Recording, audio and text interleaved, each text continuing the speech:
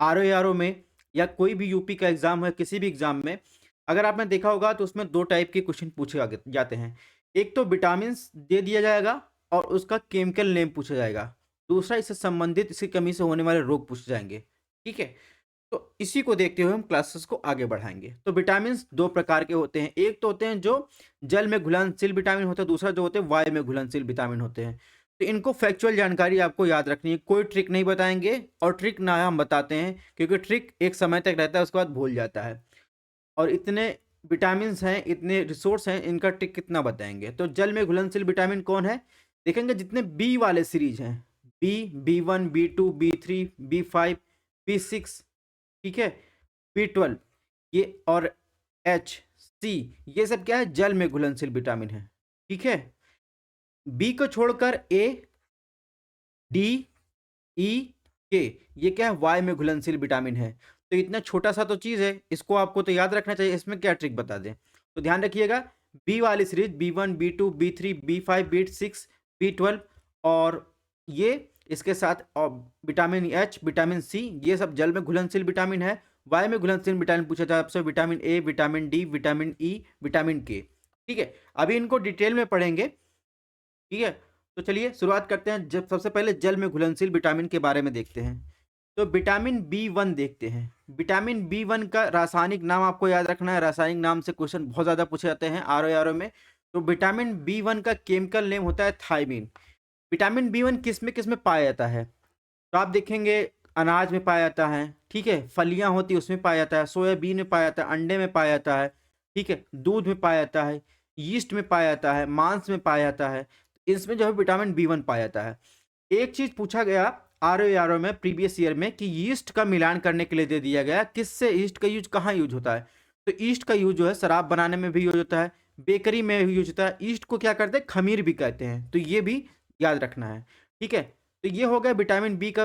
Vitamin B1 का स्रोत क्या है, इसकी कमी से क्या क्या क्या रोग होता है, इसकी कमी से बेरी बेरी रोग होता है। तो आप देखेंगे पांव पर ऐसे जो है इस तरीके से आप देखेंगे दरारें पड़ जाती हैं। ठीक है, हल्की हल्की आपको रैसेस टाइप की मिलती है, इसे क्या कहते हैं, बेरी बेरी कहते हैं। ठीक है, विटामिन B2 की बात करें, तो विटामिन B2 का जो केमिकल नेम होता है उसे क्या कहते हैं, राइबोफ्लोविन कहते हैं। ठीक है, विटामिन B2 किससे प्राप्त होता है, तो पनीर, अंडा, यीस्ट, ठीक है, इसके अलावा ग्रीन वेजिटेबल से होगा। इसके अलावा आप देखेंगे तो मीट से हो जाएगा, लीवर से हो जाएगा। तो इससे केलोसिस नामक बीमारी होती है। केलोसिस कैसी बीमारी होती है, जैसे अगर अभी ठंडियों की बात करें तो लिप में दरार आ जाएगी और देखेंगे लिप के अंदर छाले पड़ जाएंगे और लिप के एकदम साइड में जो है आपको यहाँ पर जो है क्रैक दिखाई देगा। तो ये आप समझ जाइए किससे विटामिन B2 की कमी का कारण हो रहा है, जिसका केमिकल नेम क्या है, राइबोफ्लोविन। और उसे कौन सी बीमारी कहते हैं, कैलोसिस। अगर आपके पास ऐसी बीमारी है तो आप जो है इन सब चीज़ों का सेवन कर सकते हैं, विटामिन B2 की कमी पूरी कर सकते हैं। ठीक है, नेक्स्ट जल में घुलनशील विटामिन की बात करें, विटामिन B3, इसे क्या कहते हैं, केमिकल नेम इसको जरूर याद करना है, नियासिन या निकोटिन अम्ल। ठीक है, किस में पाया जाता है, तो यीस्ट हुआ, ठीक है, मांस हुआ, लीवर हुआ, अंडा, मिल्क और फिश में। इससे जो है पेलाग्रा नामक रोग होता है। इससे देखेंगे ये क्या है, एक प्रकार का कुपोषण है। विशेष रूप से आप देखेंगे जो माइक्रो पोषक तत्व में ये अल्पोषण होते हैं, यानी पूरे शरीर को जो है ये जो आपकी कोशिका रहती है उसको जो है ये प्रभावित करते हैं। तो इसमें देखेंगे ऐसे छोटे-छोटे जो है दाने या फिर कह सकते हैं लाल-लाल कलर के वो पड़ जाते हैं। ठीक है?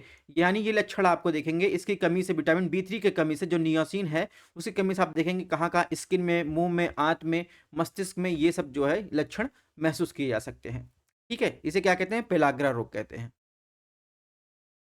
विटामिन B5 की बात करें, विटामिन B5 का जो केमिकल नेम है उसे क्या कहते हैं? पैंथोथेटिक अम्ल। कहाँ मिलता है, किस सोर्स से मिलता है विटामिन B5? मिल्क, पीनट से, टमाटर से, गन्ने से, इसके अलावा आपको मीट से मिल जाएगा, लीवर से मिल जाएगा।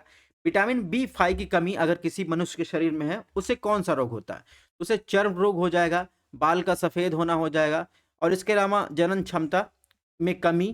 तो ये जो है विटामिन B5 की कमी से होता है। ठीक है? तो ये चीज़ें आपको ध्यान रखनी है। इसके अलावा बात करें विटामिन B6। विटामिन B6 का जो है केमिकल नेम क्या है? तो केमिकल नेम आपको जरूर ध्यान रखना है, पायरोडॉक्सिन, ठीक है। और विटामिन B6 की कमी किससे किससे सोर्स से पूरी कर सकते हैं? तो आप दूध से पूरी कर सकते हैं, ठीक है, अनाज से पूरी कर सकते हैं, और मछली से पूरी कर सकते हैं, यीस्ट से पूरी कर सकते हैं, सॉरी मांस से, यीस्ट हो गया, लीवर हो गया, ठीक है। विटामिन B6 की कमी से कौन कौन सा रोग होता है? तो इससे चर्म रोग होता है, पेशियों, आपके पेशियों में ऐंठन हो सकती है, खून बनने में प्रॉब्लम हो सकती है, ठीक है, यानी जो लाल रुधिर कणिका होती है उसके बनने में प्रॉब्लम हो सकती है, ठीक है। तो ये होगा विटामिन B6। अब बात करेंगे विटामिन एच। तो विटामिन एच भी जो है जल में घुलनशील है। इसका केमिकल नेम क्या है? बायोटिन। कहाँ कहाँ मिल सकता है, सोर्स क्या है? तो स्रोत की बात करें तो पीनट्स यानी मूंगफली, इसके अलावा देखेंगे चॉकलेट हो गया, गेहूं हो गया, अंडा हो गया, मांस हो गया। इसके अलावा आप बात करें तो फल और सब्जियों के साथ यीस्ट में ये स्रोत विटामिन एच आपको मिलता है। अगर आपके अंदर विटामिन एच की कमी है तो आपको चर्म रोग, बालों का झड़ना, ये सब हो सकता है। तो जो लोग भी बालों का झड़ने से परेशान हैं तो समझ लें कौन कौन से विटामिन की कमी है, उनके रिसोर्स को नेचुरल रिसोर्स लेने की कोशिश करें। विटामिन B12 की बात करें, विटामिन B12 का केमिकल नाम क्या है? साइनोकोबालामिन, ठीक है। इसकी कमी से आप देखेंगे तो इससे खून की कमी होती है, तंत्रिका तंत्र में गड़बड़ी हो सकती है। अगर बात करें विटामिन B12 आप कहाँ से पूरी कर सकते हैं इसकी कमी, तो विटामिन B12 की कमी आप देखेंगे तो मांस से, ठीक है, इसके अलावा मछली से, अंडे से और लीवर से। इसके अलावा जो है दूध भी शामिल है, ठीक है। इसमें ये पनीर लिखा है, इसको आप पनीर नहीं है, विटामिन B12 में पनीर नहीं मिलता है। यानी विटामिन B12 में दूध मिल जाए, दूध से मिलेगा, मांस से मिलेगा, मछली से, अंडा से और लीवर से मिलेगा, ठीक है, पनीर नहीं है। विटामिन सी की बात करें, विटामिन सी में देखेंगे तो विटामिन सी जो होता है उसका केमिकल नेम क्या है? एस्कॉर्बिक अम्ल, ठीक है। एस्कॉर्बिक अम्ल जो है, यानी विटामिन सी आप कहाँ कहाँ से सोर्स यानी स्रोत से प्राप्त कर सकते हैं? जितने भी साइट्रस यानी खट्टे नींबू के वंश के फल हैं उनसे, टमाटर से, ठीक है, सब्जियों से, आलू से ये प्राप्त कर सकते हैं। और विटामिन सी की कमी से कौन सा रोग होता है? स्कर्वी रोग होता है। स्कर्वी रोग देखिए पहचान क्या है? आपके दांत में ऐसे देखिए इस तरीके से अगर ब्लड निकल रहा है, यानी दांतों के डेंटिन के और घावों को भरने के लिए जो है आप देखेंगे विटामिन सी जो है या स्कर्विक अम्ल जो है जरूरी है। तो इस तरीके से ये स्कर्वी रोग होता है। इसके अलावा एक है फॉलिक समूह जो है, ये विटामिन जो है ये भी जल में घुलनशील होता है। यानी इसमें जो स्रोत की बात करें तो कहाँ से मिल सकता है फॉलिक अम्ल समूह एसिड? तो मिल्क से, मीट से मिल सकता है, इसके अलावा फिश से मिल सकता है, अंडे से मिल सकता है, लीवर से मिल सकता है, ठीक है। तो इससे क्या होता है, अगर फॉलिक अम्ल का आपके शरीर में कमी है तो इससे खून की कमी हो जाएगी, आपकी जो ग्रोथ है, वृद्धि है, वो रुक जाएगी, ठीक है। अब बात करते हैं वायु में घुलनशील विटामिन। तो वायु में घुलनशील विटामिन कौन कौन सा बताया हमने? विटामिन ए, विटामिन डी, ई, के। सबसे पहले विटामिन ए देखें। विटामिन ए का जो है केमिकल नेम क्या है? रेटिनॉल, ठीक है। किससे मिल सकता है, यानी स्रोत क्या है? विटामिन ए की कमी आपको हो तो मिल्क से मिल सकता है, मक्खन से, अंडे से, फिश से, ठीक है, फिश ऑयल से, इसके अलावा लीवर से मिल सकता है। विटामिन ए की कमी से कौन सा रोग होता है? रतौंधी, ठीक है। ध्यान रखिएगा, रतौंधी जो है ये नाइट ब्लाइंडनेस है, ये जो है जेनेटिक बीमारी नहीं है। जबकि आपसे कलर ब्लाइंडनेस पूछा जाए तो कलर ब्लाइंडनेस क्या है? जेनेटिक बीमारी है। अगर आपने जो है डिजीज़ वाली क्लास नहीं देखी है तो ज़रूर जाकर देखें। तो विटामिन डी की बात करें, विटामिन डी भी वायु में घुलनशील है। इसका जो है अगर केमिकल नेम पूछा जाए तो कैल्सीफेरॉल है, ठीक है। कहाँ कहाँ से मिल सकता है? तो आप देखेंगे मक्खन से मिल सकता है, लीवर से, यकृत से मिल सकता है, अंडे से मिल सकता है, इसके अलावा सूर्य के प्रकाश से मिलता है, ठीक है। विटामिन डी इसलिए भी जरूरी है कि कैल्शियम और फास्फोरस के ये उपापचय में काम करता है, हड्डियों और दांतों के वृद्धि में ये विटामिन डी सहायक होता है। विटामिन डी, अगर विटामिन डी की कमी है तो आपको कौन सा रोग हो सकता है? रिकेट्स, या जिसे सूखा रोग कहते हैं। और एक रोग और होता है जिसे ऑस्टियोमेलेसिया कहते हैं, ठीक है। नेक्स्ट रोग की बात करें, सॉरी नेक्स्ट विटामिन की बात करें जो वायु में घुलनशील है, विटामिन ई, जिसका केमिकल नेम क्या है? टेकोफेराल, ठीक है। विटामिन ई का स्रोत क्या है? यानी आप अगर तेल, गेहूँ, अंडे की जर्दी खाते हैं, सोयाबीन खाते हैं तो विटामिन ई के सोर्स को प्राप्त कर सकते हैं। विटामिन ई की कमी से कौन कौन से रोग हो सकते हैं? तो पेशियाँ जो होती हैं वो कमज़ोर हो जाती हैं, जननांग और इसके अलावा नपुंसकता का शिकार भी हो सकते हैं। तो विटामिन ई इसलिए है। विटामिन के की बात करें, विटामिन के भी वायु में घुलनशील है। विटामिन के का जो है केमिकल नाम क्या है? तो विटामिन के को जो है फाइलोक्विनिन कहते हैं या इसे नेफ्थोक्विनिन भी कहते हैं, ठीक है। विटामिन के के स्रोत की बात करें, कहाँ-कहाँ से विटामिन के की कमी दूरी कर सकते हैं, तो हरी पत्तियाँ, अंडा, लीवर या यकृत, टमाटर और गोभी, ठीक है, सोयाबीन। अगर आपके अंदर विटामिन के की कमी है, तो आपको अगर चोट लग जाए, तो आपके शरीर में जो थक्का बन जाता है थोड़ी देर बाद, यानी खून जम जाता है, वो जमता नहीं है, ठीक है। तो यानी विटामिन के की कमी से आप देखो ह्यूमन डिजीज जो होता है, मुख्यतः 2 प्रकार का होता है। एक तो होता है जन्मजात, जो बच्चे के पैदा होते ही या पैदा होने से पहले ही होता है, ठीक है। दूसरा होता है उपार्जित रोग, यानी जिसे हम एक्वायर्ड करते हैं, यानी जन्म के बाद जो है जीवन काल के दौरान वो रोग हम लोगों को होते हैं, ठीक है, जो हमें मिलते हैं, ठीक है। बात करें गर्भावस्था तथा जन्म के समय के जो डिजीज मिलते हैं उनकी बात कर लेते हैं। तो सबसे पहले उसको ही डिस्कस करेंगे, सेकंड में इसको डिस्कस करेंगे, ठीक है। तो जैसे जो गर्भावस्था जन्म के समय जो डिजीज मिलते हैं उसमें उदाहरण के लिए हीमोफीलिया, हृदय विकार, कलर ब्लाइंडनेस, तो ये सब क्या है? ये सब जो है आप देखेंगे ये जन्मजात रोग है, यानी गर्भावस्था या जन्म के समय के साथ ही मिलते हैं, ठीक है। यानी ये जेनेटिक रोग है, इन्हें कुल मिलाकर कहा जाए। हीमोफीलिया की बात करें, तो हीमोफीलिया क्या है? एक जेनेटिक रोग है, ठीक है। एग्जाम में ऐसे ही पूछा जाएगा कि हीमोफीलिया क्या है? जेनेटिक रोग है, मिलान करने के लिए दे देगा। और ये क्या करता है? हीमोफीलिया जब होता है तो शरीर में थक्का नहीं बन पाता है, और इसे क्या कहते हैं? रॉयल डिजीज कहते हैं। तो पुरुष जो है सबसे ज्यादा प्रभावित होते हैं, महिलाएं हीमोफीलिया की जो है वाहक होती हैं। बस इतना ही आपको ध्यान रखना हीमोफीलिया के बारे में। दूसरा जो जो जेनेटिक डिजीज है, यानी अनुवांशिक रोग है, वो है कलर ब्लाइंडनेस। कलर ब्लाइंडनेस से बहुत ज्यादा क्वेश्चन आते हैं। इसमें पीड़ित व्यक्ति को लाल और हरे रंग में पहचान करने में बहुत ज्यादा दिक्कत होती है, और सबसे ज्यादा प्रभावित जो होते हैं पुरुष होते हैं। महिलाएं सामान्यतः हीमोफीलिया जैसे ही इसमें वाहक होती हैं, ठीक है, कलर ब्लाइंडनेस में, ठीक है। यहाँ पर हीमोफीलिया नहीं होना चाहिए था, तो महिलाएं भी इसमें वाहक का काम करती हैं। आपने मार्क जुकरबर्ग का नाम सुना होगा। मार्क जुकरबर्ग को आप हमेशा लाइट कलर पहने हुए, ग्रे या लाइट ब्लू कलर पहनते हुए देखते होंगे। उनको हरे रंग या लाल रंग या रंग बिरंगे कलर कपड़े पहने हुए नहीं देखते होंगे, क्योंकि वो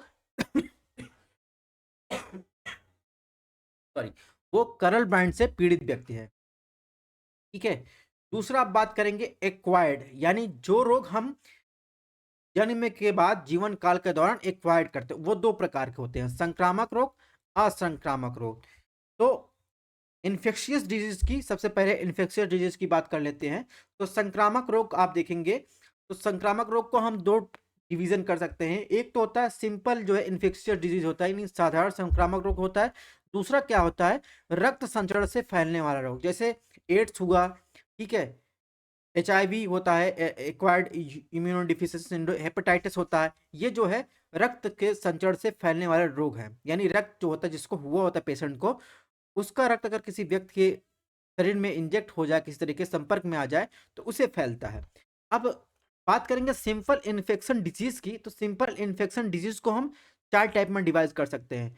एक तो पहला बैक्टीरिया द्वारा, दूसरा विषाणु या वायरस द्वारा, तीसरा प्रोटोजोआ द्वारा, चौथा जो है कृमिजन्य से होने वाले रोग, ठीक है। तो आपको हमने जो ये इसमें सारी चीजें पॉइंट वाइज दी है, इसी से क्वेश्चन पूछेगा कि टिटनेस, हैजा, डिप्थीरिया, काली खांसी, प्लेग, टीबी जिसे क्षय रोग कहते हैं, टाइफाइड, कुष्ठ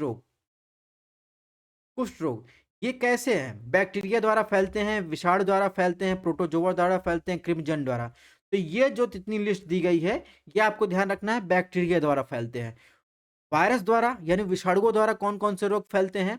रेबीज हो गया, जिसे हाइड्रोफोबिया कहते हैं, ठीक है, छोटी माता, खसरा, पोलियो पोलियो, चेचक, ठीक है, चेचक भी जो है आप देखेंगे तो इसी द्वारा जो है वायरस द्वारा फैलता है। अब प्रोटोजोआ द्वारा होने वाले रोग की बात करें तो मलेरिया, पेचिस, पायरिया, कालाजार, निद्रा रोग। यानी प्रोटोजोआ का मतलब सिंपल लैंग्वेज है, ये किसी के द्वारा वाहक का काम करते हैं। यानी अगर आपको जैसे सीसी नामक मच्छी होती है, आपसे काटेगी, आपको काट लेगी, तो आपको निद्रा नामक रोग होगा, लेकिन वो आपके ब्लड में जो है बाहर से जो है ये प्रोटोजोआ लाके आपको शरीर में इंजेक्ट कर देती है, ठीक है। तो इस प्रकार प्रोटोजोआ क्रिमजन से फाइलेरिया होता है, टीनियसिस होता है, एस्केरियोसिस होता है। इनके बारे में और डिटेल में हम लोग चर्चा करेंगे। इसके पहले हम लोग देख लेते हैं कुछ संक्रामक रोग के बारे में, ठीक है। ये भी इसी का भाग है, ठीक है, संक्रामक रोग का भाग है। तो इसमें संक्रामक रोग इन्फेक्शियस डिजीज में ये आपके लिए आजकल के लोगों के लिए ये जानकारी रखना बहुत ज़रूरी है कि कौन-कौन से सेक्सुअली ट्रांसमिटेड डिजीज़ होते हैं, यानी लैंगिक संपर्क जन रोग होते हैं, ठीक है? जनरल अवेयरनेस के लिए भी बहुत जानना ज़रूरी है। जैसे आपने बहुत सुना होगा गोनोरिया का नाम, तो गोनोरिया जो है, नाइसेरिया गोनोरिया नामक जो है आप देखेंगे, ये एक बैक्टीरिया होता है, ठीक है? तो उसके द्वारा ये फैलता है। इससे सर्वाधिक आप देखेंगे तो महिलाएँ प्रभावित होती हैं। तो गोनोरिया से पीड़ित जो भी रोगी होता है, यानी पुरुष होता है, उससे जब महिलाएँ लैंगिक संपर्क से आती हैं, तो उनको गोनोरिया रोग हो जाता है और उनसे बचना चाहिए, क्योंकि इस रोग से पीड़ित होने पर महिलाओं को गर्भावस्था धारण करने में प्रॉब्लम होती है और बहुत सारी समस्याएँ महिलाओं के साथ होती हैं। इसके अलावा बात करें तो एक होता है जननांग हार्पिज। जननांग हार्पिज में आप देखेंगे, इससे जो है महिला और पुरुष दोनों प्रभावित होते हैं। उनके जननांगों पर आप देखेंगे मोती, सफ़ेद मोती जैसे फफोले पड़ जाते हैं, ठीक है? तो इनके बारे में आप इसमें टू द पॉइंट डिस्कस किया जा रहा है। आपको जानकारी रखनी चाहिए। आप इनके बारे में और विस्तार पूर्वक नेट पर सर्च करके थोड़ी जानकारी क्योंकि रखनी चाहिए। तीसरा जो है सेक्सुअली ट्रांसमिटेड डिजीज़ होता है सिफिलिस। सिफिलिस जो आप देखेंगे तो ये भी बैक्टीरिया से एक होता है ट्रेपोनेमा पैलोडियम। इससे इन्फेक्टेड व्यक्ति के कारण होता है। इसका उपचार होता है पेनिसिलिन लेते हैं, ठीक है, इंजेक्शन के रूप में। और तीसरा जो है सेक्सुअली ट्रांसमिटेड डिजीज़ जो होता है इसे कहते हैं ट्राइकोमोनासिस, ठीक है। इससे भी ज़्यादातर महिलाएँ प्रभावित होती हैं, सामान्यतः पुरुष प्रभावित नहीं होते हैं, ठीक है। एक प्रोटोजोआ होता है जिसे ट्रैकोमोनासिस पेनिजिलिस कहते हैं, उससे कारण ये होता है। तो इन रोगों के बारे में भी आपको याद रखना चाहिए। क्वेश्चन गोनोरिया से बहुत ज़्यादा पूछे गए हैं, सिफिलिस से पूछे गए हैं, ठीक है। तो ये सब चीज़ें भी आपको याद रखनी चाहिए। अगर आपको क्लासेस अच्छी लग रही हो तो आप चैनल को सब्सक्राइब भी कर सकते हैं। पीडीएफ जो है हमारे टेलीग्राम चैनल पर मिलेगा, स्टडी ऑन आईएएस पर डायरेक्ट स्कैन कर सकते हैं, या फिर सारी चीज़ों का प्लेलिस्ट आपको डिस्क्रिप्शन बॉक्स में मिल जाएगा। इसके अलावा बात करें, आप सबसे पहले बात करते हैं जो संक्रामक रोग में की बात करें तो जीवाणुओं द्वारा होने वाले रोग, यानी बैक्टीरिया द्वारा कौन-कौन से रोग फैलते हैं। तो बैक्टीरिया द्वारा सबसे पहले हम देखें टिटनेस। टिटनेस तो आप लोगों ने सबने सुना होगा। तो ये जो होता है, ये एक बैक्टीरिया होता है क्लोस्ट्रिडियम टिटनी, इसके कारण होता है। आपको अगर चोट लग जाए, लोहे से चोट लग जाए, तो आप क्या जाते हैं टिटनेस का इंजेक्शन लगवाने जाते हैं। और बच्चों को आप देखेंगे तो डीटीपी का जो है वैक्सीन लगता है, ठीक है, इसके बचाव के लिए। दूसरा क्या है, कॉलरा या हैजा। ये जो है विब्रियो कॉलरी बैक्टीरिया का कारण होता है। आप जो है फूड खाते हैं, उस पर मक्खियाँ आके जो है बैठ जाती हैं, उसके कारण जो है ये फैलता है, ठीक है। इसका भी जो है कॉलरा का वैक्सीन होता है और आपको पानी जो है उबाल कर पीना चाहिए। तो ये इसके बचाव के तरीके हैं। तीसरा जो बात करें डिप्थीरिया, डिप्थीरिया में जो है ये भी आप देखेंगे फूड पॉइजनिंग है। तो इसमें जो बैक्टीरिया काम करता है कैनरी बैक्टीरियम डिप्थीरिया होता है, इसके कारण होता है। इसमें आप देखेंगे माउथ में जो है यहाँ पर इस तरीके से आपको देखने को मिलेगा, छाले पड़ जाते हैं। तो इसके लिए भी बच्चों में आप देखेंगे डीपीटी डीटीपी का जो है टीका वैक्सीन लगता है बच्चों में, ठीक है। तीसरा जो है बैक्टीरियल इन्फेक्शन की बात करें तो काली खांसी। जो बैक्टीरिया इसमें वाहक होता है वो होता है बर्टलेरा पोर्टिसिस और ये हवा द्वारा फैलता है। काली खांसी से पीड़ित लोग लगातार खांसते रहते हैं। इसके लिए भी सरकार ने जो है सेम वैक्सीन सारी बैक्टीरिया से इन्फेक्टेड लोगों के लिए स्टार्टिंग से ही जो है सरकार ने ये जो है टीका का चालू किया है, जिसे डीटीपी कहते हैं, ठीक है। प्लेग जो होता है उसका वाहक होता है यार्सनियस पेस्टिस। इसमें कौन सी बैक्टीरिया काम करती है, तो पिस्सुओं के कारण फैलती है, ठीक है, पिस्सुओं के कारण फैलती है, ठीक है। तो प्लेग का भी वैक्सीन जो है इससे बचने के लिए किया जाता है। टीबी, टीबी यानी क्षय रोग, ये माइकोबैक्टीरियम ट्यूबरकुलोसिस बैक्टीरिया के कारण फैलता है।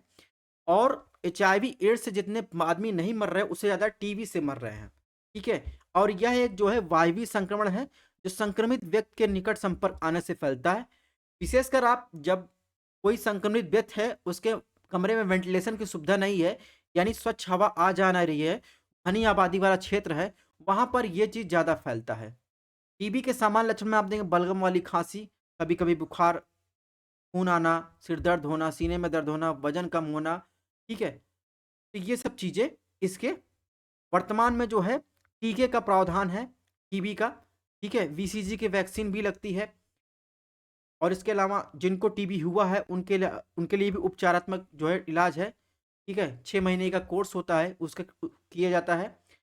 नेक्स्ट जो है बैक्टीरियल इन्फेक्शन की बात करें तो ध्यान रखना है, जो टाइफाइड होता है वो भी जीवाणुओं द्वारा होता है। तो सल्मोनेला एक बैक्टीरिया होता है, उसके कारण होता है। प्रदूषित जल और रोगी के मल मूत्र और थूक, मक्खी जो होती है विशेष भूमिका निभाती है टाइफाइड फैलाने में। ठीक है, इससे आपके आंत में इन्फेक्शन हो सकता है, आपके कफ में इन्फेक्शन हो सकता है, आपके टंग जो होते हैं यानी निगलने में प्रॉब्लम हो सकती है। तो आप इलाज के रूप में एंटीबायोटिक यूज कर सकते हैं। ठीक है, दवा का भी यूज कर सकते हैं। ठीक है, कुष्ठ रोग की बात करें तो कुष्ठ रोग जो है माइकोबैक्टीरियम लेप्रे बैक्टीरिया द्वारा फैलता है, और लंबे समय तक अगर आप कुष्ठ रोगी के संपर्क में रहते हैं तो आपको भी कुष्ठ रोग हो सकता है। जब जहां पर कुष्ठ रोग होता है वहां पर वो सेंसिटिविटी होती है वो खत्म हो जाती है। ठीक है, इसके लिए क्या कोई दवा नहीं है, बस बचाव का तरीका है, फैलने से सल्फर ड्रग का प्रयोग करके घाव को साफ रखना ये जरूरी है। तो ये हुआ जीवाणुओं से होने वाले रोग। इसके अलावा PYQ की सीरीज चल रही 900 MCQ, इसी सबसे रिलेटेड हमने सॉल्व करवाए हैं। अगर आपने अभी तक नहीं देखा है तो प्ले लिस्ट में जाकर देखिए, 3 लेक्चर हो चुके हैं यानी 150 क्वेश्चन। नेक्स्ट लेक्चर आने वाला है। ठीक है, बहरहाल बात करें अब विषाणुओं यानी वायरस से होने वाले रोग की बात करते हैं। पोलियो आपसे पूछा जाए, पोलियो ध्यान रखिएगा वायरस से होने वाला रोग है, और पोलियो विषाणु होता है उसके कारण होता है। मुख्यतः इसमें जो है बच्चे प्रभावित होते हैं, जल और भोजन द्वारा फैलता है। पोलियो की ड्रॉप पिलाई जाती है। ठीक है, खसरा जिसे जो है एक होता है मोरबिले विषाणु वायरस, उसके द्वारा फैलता है, और इससे आप देखेंगे शरीर में ऐसे दाने पड़ जाते हैं। ये भी वायुवाहित रोग है। ठीक है, और जो वायुवाहित रोग होता है वो विषाणु नाक से स्राव के द्वारा फैलता है। बचाव के लिए क्या है, पानी उबाल कर पीना है, आराम करना है, हल्का भोजन करना है। चेचक की बात करें, चेचक भी एक क्या है, वायरस से होने वाला रोग है। ठीक है, एक सेकंड मैंने आपको यहाँ पर, ठीक, चेचक क्या है, चेचक वायरस होने वाला रोग है। चेचक में आप देखेंगे जैसे आप छोटी माता बड़ी माता कहते हैं। ठीक है, तो ये बड़ी माता है। तो यहाँ पर देखें शरीर में पूरे चकत्ते पड़ जाते हैं, यहाँ पर आप देखें फफोले पड़ जाते हैं पूरे दाने से। तो इसका टीका भी होता है, रोगी के संपर्क में आने से बचना भी चाहिए। ठीक है, छोटी माता की बात करेंगे तो ये भी जो है पेरिशेला विषाणु द्वारा फैलता है, इससे श्वसन और छींक द्वारा ये फैल जाता है। ठीक है, साफ सफाई और कोई सीधा उपचार वर्तमान में मौजूद नहीं है।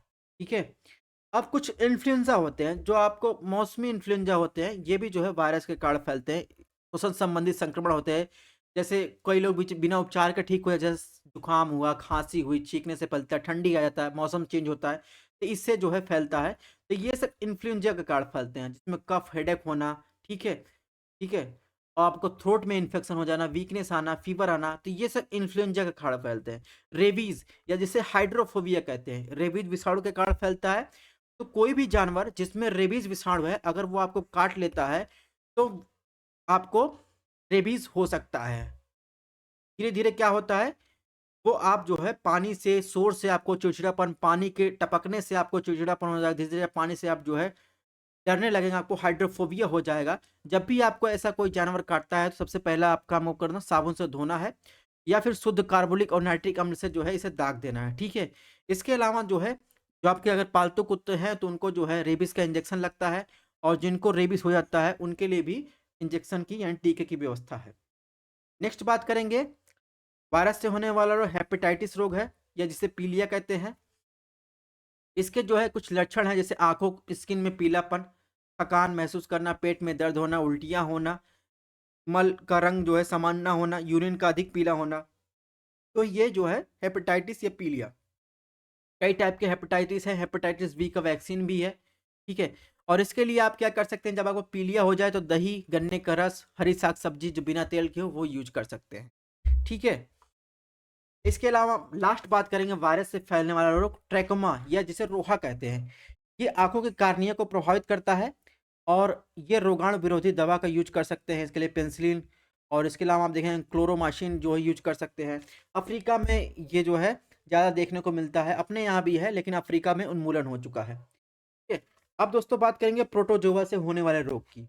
ठीक है, तो सबसे पहले मलेरिया। मलेरिया जो है प्लाज्मोडियम नामक प्रोटोजोआ से फैलता है, यानी जो भी मादा एनफ्लीज मच्छर होता है उसके काटने से जो है ये ब्लड में जो है प्लाज्मोडियम पैरासाइट्स छोड़ देता है, सॉरी प्रोटोजोआ छोड़ देता है, तो उससे फैलता है। उससे में क्या होता है, मलेरिया में तेज बुखार आता है, हमको ठंड लगती है, सिर दर्द होता है, बदन दर्द होता है, तो ये सब चीज़ें होती हैं।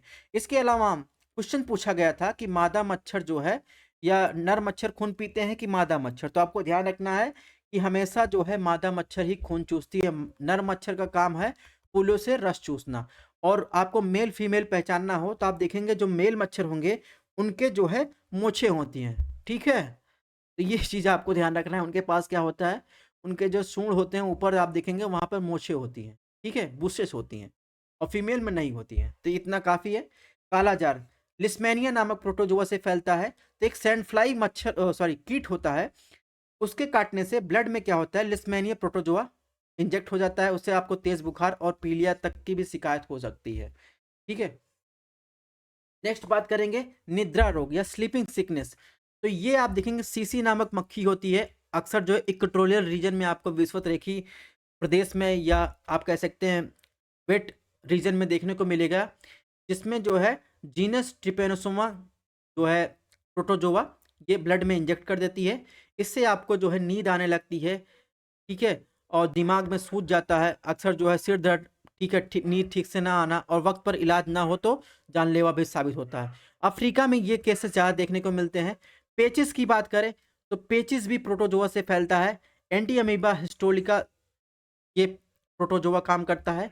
इसके लिए आप जो है हरी सब्जियों को पोटेशियम परमैंगनेट में 1 घंटा तक भिगो कर रखें, उसके बाद पानी को उबाल कर पीना, रोगी को पूरी तरह साफ सफाई से रखना, ये इसके बचाव के कारण है। ठीक है, अब बात करेंगे दोस्तों कृमिजन्य रोग। ठीक है, यानी कृमि से जो फैलते हैं, जो हमें दिखाई नहीं देते हैं।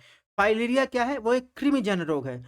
तो फाइलेरिया कृमि का नाम क्या है, बुचेरिया ब्रैकोफाती। ठीक है, तो एक होता है क्विलेसस मच्छर, वो गंदे पानी में रोगाणुओं को जाना क्या होता है तेजी से पनपता है। अक्सर फाइलेरिया जो होता है ये देखेंगे शरीर के अंग सूज जाते हैं, विशेषतः आप देखेंगे पाँव प्रभावित रहते हैं। तो इसमें क्या होता है, इसे हाथी पाँव भी कहते हैं। तो इसे हाथी पाँव भी कहते हैं। फाइलेरिया और हाथी पाँव का मिलान, ये आप ध्यान रखिएगा। टीनेसिस क्या होता है, टीनेसिस जो है आप देखेंगे ये भी एक कृमिजन रोग है। जो संक्रमित सुअर होते हैं उनका अध पका मांस खाने से मनुष्य में क्या होता है, टीनेसिस हो जाता है। इसमें जो प्रोटोजोआ होता है उसका नाम होता है टीनिया सोलिस पैरासाइट्स होता है। ठीक है, तो ये चीजें आपको ध्यान रखनी है। अब बात करेंगे दूसरा, एक तो संक्रामक रोग देख लिया, अब असंक्रामक रोग की बात करेंगे। ठीक है, यानी नॉन इन्फेक्शस डिजीज की बात करेंगे। तो इसमें जो है विटामिन की कमी से होने वाले रोग हैं सबसे पहले। तो वे ये विटामिन है, vitamin A, B1, B2, B3, B6, B12, C, D, E, K। ठीक है, इन विटामिन से इनका केमिकल नाम, इनके कमी से होने वाले रोग को देखेंगे। तो विटामिन ए की कमी से रेटिनॉल इसका केमिकल नेम है, इससे क्या होता है, रतौंधी होता है। इसे नाइट ब्लाइंडनेस कहते हैं, ध्यान रखना। कलर ब्लाइंडनेस एक क्या है, जेनेटिक डिजीज है, नाइट ब्लाइंडनेस जेनेटिक डिजीज नहीं है। विटामिन B1 की कमी से थायमिन रासायनिक नाम बेरी बेरी रोग होता है। ठीक है, और विटामिन B2 की कमी से राइबोफ्लोविन, इससे होंठ जीभ त्वचा का रूखापन और भार में कमी आती है। ठीक है, ये राइबोफ्लोविन के लक्षण है। ठीक है, B3 की कमी से आप देखेंगे नियासिन रासायनिक नाम है, इससे पेलाग्रा रोग होता है। B6 की कमी से आप देखेंगे B6 सॉरी B6 की कमी से B6 का केमिकल कंपोजिशन क्या है इसे कहते हैं पायरिडॉक्सिन, यहाँ पर सही करिए, पायरिडॉक्सिन कहते हैं। इससे आरक्ता की कमी आती है। B12 की कमी से सैनोकोबालामिन, ये भी आरक्ता की कमी आती है। और विटामिन सी की कमी से आप, इसका केमिकल नाम क्या है, इसका केमिकल नाम आप देखेंगे स्कॉर्बिक एसिड, स्कर्वी रोग होता है। विटामिन डी की कमी से इसका केमिकल नाम क्या है, कैल्सीफेरोल, रिकेट्स होता है। विटामिन ई से इसका केमिकल नाम है ट्रेकोफेराल, इसे नपुंसकता होता है। विटामिन के की कमी से आप देखेंगे इसका केमिकल नाम क्या है, फिलोक्विनन, इसे रक्तस्राव होता है। ठीक है, तो ये हो गए विटामिन की कमी से होने वाले रोग। अब देखिए विटामिन ए का सोर्स क्या क्या है, विटामिन ई का सोर्स क्या है, vitamin C, vitamin B 6, vitamin K, vitamin D, vitamin B 5। इनके सोर्स को भी आपको याद रखना है। ठीक है, पीडीएफ हम अपलोड कर देंगे अपने टेलीग्राम पर, यहाँ से आप पढ़ सकते हैं। अब बात करेंगे, एक तो नॉन कॉम्युनिकेबल डिजीज की बात करें तो विटामिन की कमी से दूसरा जो है कुछ अनुवांशिक रोग होते हैं, उनको भी आपको जानना जरूरी है। जैसे अनुवांशिक रोग की बात करें तो एक डाउन सिंड्रोम होता है। इसमें क्या होता है, जैसे जो व्यक्ति इससे पीड़ित होता है उसकी उम्र 16-17 वर्ष की आयु में उसकी मृत्यु हो जाती है, और व्यक्ति का कद जो है छोटा रहता है, और आप देखेंगे इनका मानसिक जो है विकास अवरुद्ध हो जाता है। जीभ आप देखेंगे जीभ मोटी रहती है। ठीक है, इसे मंगोली जड़ता भी कहते हैं। दूसरा जो होता है वो टर्नर सिंड्रोमा होता है। ये अक्सर जो है आप देखेंगे 46वां जो एक्स क्रोमोसोम होता है वो अनुपस्थित होता है, उसकी कमी से आप देखेंगे ये होता है। महिलाओं का कद जो है छोटा रह जाता है, जनांग जो है अविकसित रह जाते हैं, स्त्रियां जो है नपुंसक होती हैं। तीसरा जो है इसे कहते हैं क्लीन फिल्टर्स सिंड्रोम। ठीक है, क्लीन फिल्टर सिंड्रोम, ये क्लीन फिल्टर सिंड्रोम। तो इसमें देखेंगे जो 44+XY की बजाय जो क्रोमोसोम होता है वो 44+XXY क्रोमोसोम होता है। तो व्यक्ति का कद सामान्य से अधिक हो जाता है। ठीक है, और उसके साथ नपुंसक होता है। पुरुषों में जो स्तनों का विकास होता है जिसे गायनेकोमास्टिया कहते हैं। तो इस प्रकार इसे क्या कहते हैं, ग्लीन फिल्टर सिंड्रोम कहते हैं। ठीक है, ट्राई टू चैट सिंड्रोम, इसमें क्रोमोसोम की संख्या जो है 5 की भुजा कट जाने से कारण होता है। इससे पीड़ित बच्चों की आवाज जो है बिल्ली की तरह होती है। ठीक है, बिल्ली की म्याऊ की जैसे होती है। इससे अवरुद्ध विकास होता है और बोलने में परेशानी होती है। ठीक है, इस तरीके से आप देखेंगे इसे क्या कहते हैं, क्राई टू चैट सिंड्रोम। ठीक है, एक होता है एडवर्ड सिंड्रोम। एडवर्ड सिंड्रोम क्या होता है, इसमें क्रोमोसोम की संख्या 18 ट्राइसोमी के कारण होते हैं। महिलाओं में अधिक, पीड़ित बच्चों में जो वृक्क का आकार होता है